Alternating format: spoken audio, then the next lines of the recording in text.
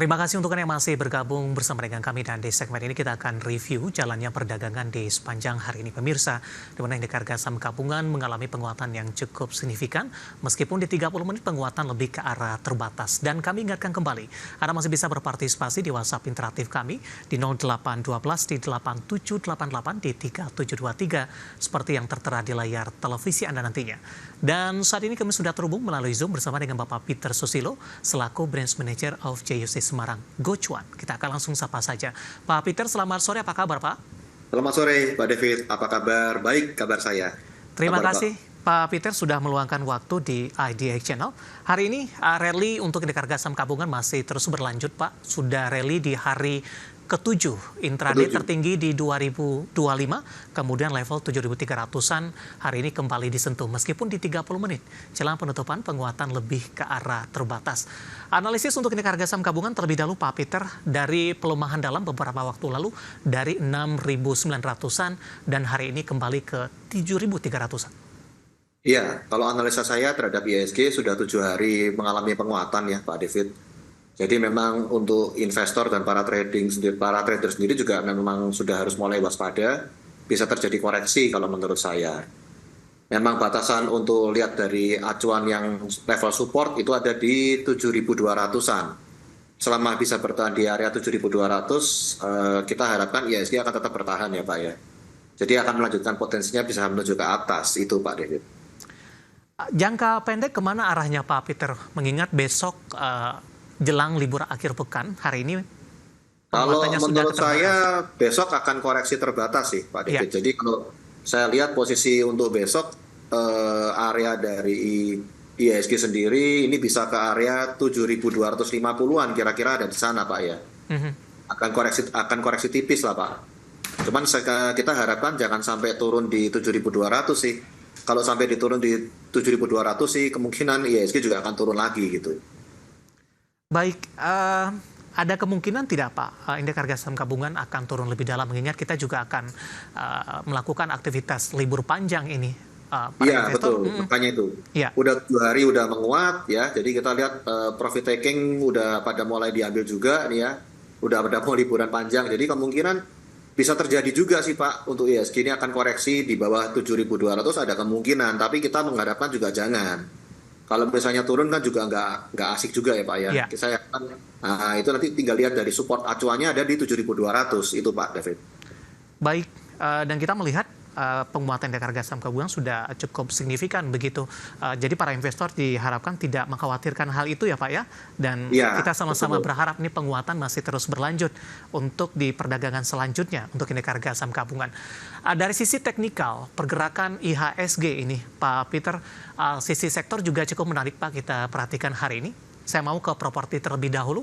Hari ini lagi-lagi menjadi pemberat untuk indeks harga saham gabungan. Ada PANI, kemudian CBDK.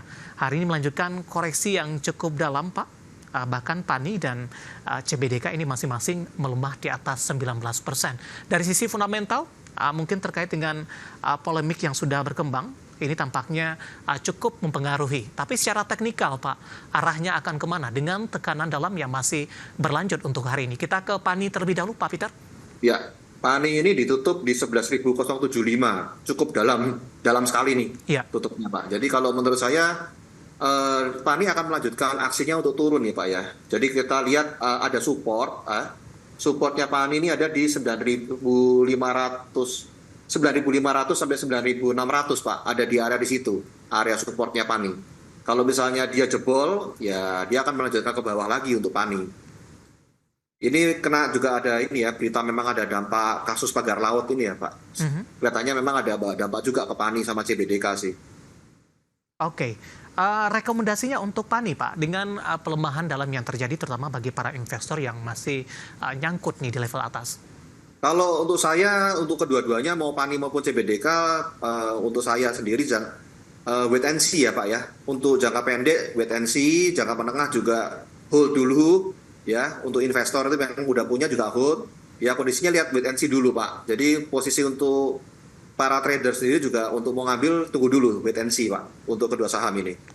Baik, saham PANI ini sudah mulai mengalami penguatan signifikan Pak dalam beberapa waktu terakhir, sempat ke 19.000 begitu. Dengan koreksi dalam yang terjadi dalam beberapa waktu terakhir ini sudah merubah pola tren tidak dari saham PANI? Kalau saya lihat sendiri sih sudah merubah tren ya Pak ya.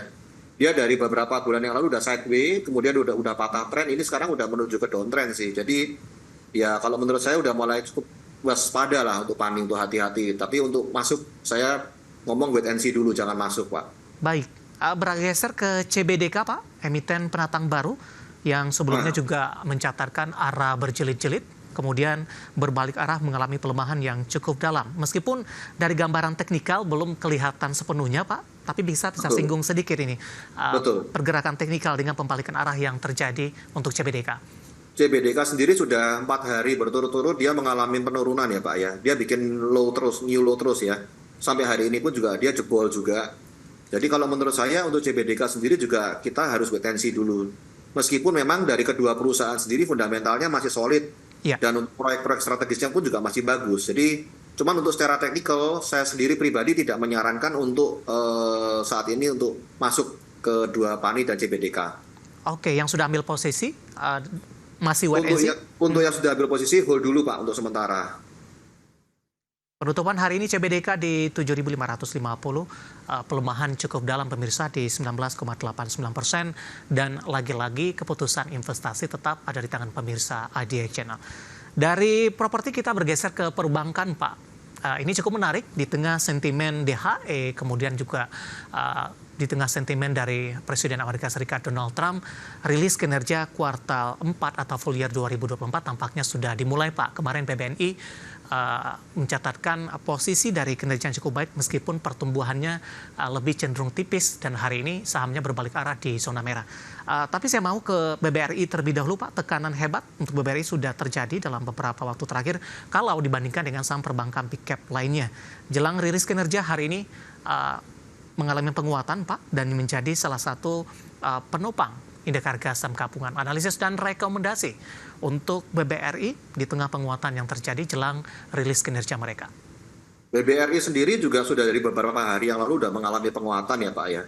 Dan kemudian saya lihat juga dari sisi investor juga sudah pada mulai masuk. Untuk saat ini BBRI sih saya hold Pak. Udah punya posisi saya hold, kalau misalnya mau masuk pun juga udah mulai boleh. Mau masuk secara berkala boleh untuk BBRI. BBRI punya level support ada di sekitar saat ini, level support yang paling dekat itu ada di 4240, kemudian untuk resisten dia yang paling dekat itu ada di 4380. Untuk BBRI gitu Pak. Baik, kondisi ini berlangsung sesaat saja nih Pak dari posisi teknikalnya, atau masih ada ruang penguatan? Kalau dilihat dari sisi teknikal masih ada sisi penguatannya sih Pak. Resisten terdekat kemana untuk BBRI? Untuk resisten terdekat dia di 4380 ya, lalu dia akan bisa melanjutkan ke 4430. Setelah itu dia bisa melanjutkan lagi ke 4530 untuk BBRI. Oke. Ini sudah penguatannya ini sudah memasukkan indikator rilis kinerja tidak Pak? Karena beberapa saham perbankan big cap sebelumnya, sebelum rilis kinerja kenaikannya sudah terjadi duluan, dan ketika rilis langsung kembali bergerak di zona merah. Iya. Ini kalau saya lihat juga memang perbaikannya BBRI secara bertahap akan memperbaiki ya Pak ya. Kondisi kemarin juga sudah lihat ada pemangkasan suku bunga. Nah ini juga pasti akan mendorong positif bagi sektor perbankan dan mendorong minat investasi. Jadi saya kira untuk BBRI sendiri pasti juga akan ikut terdorong juga Pak. Baik, dari BBRI kita bergeser ke BMRI Pak. Ditutup di 6175. Penguatannya lagi-lagi terbatas. Aksi profit taking tampaknya sudah dimulai karena intraday hari ini sempat ke 6.300 arah untuk BMRI, dan rekomendasinya di posisi penutupan hari ini.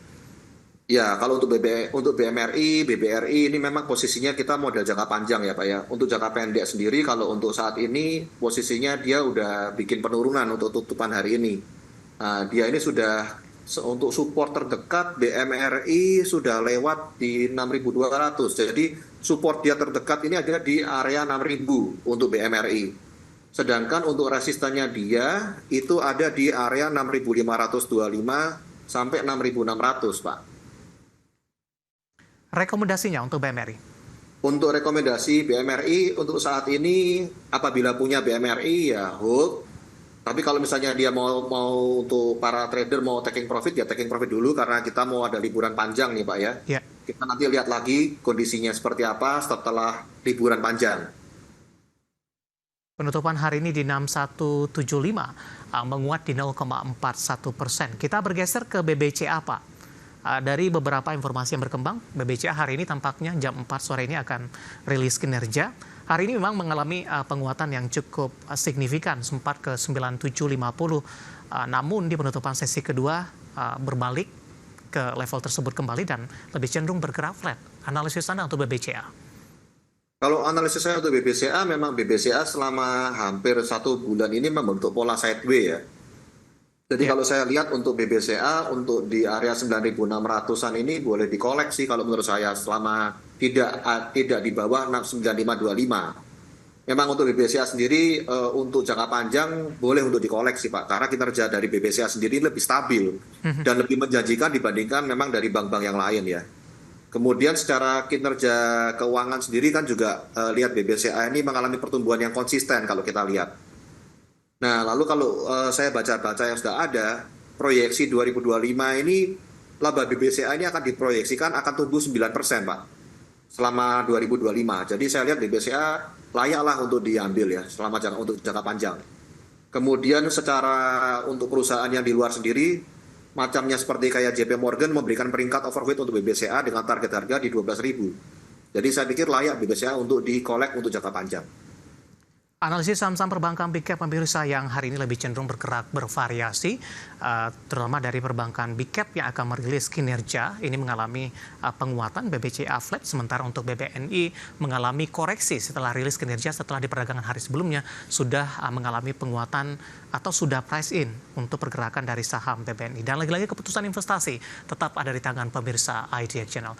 Kita akan jeda terlebih dahulu, nanti kita akan coba lihat saham-saham pilihan yang direkomendasikan apa saja dan juga update penutupan perdagangan di sesi kedua hari ini. Kami akan segera kembali sesaat lagi.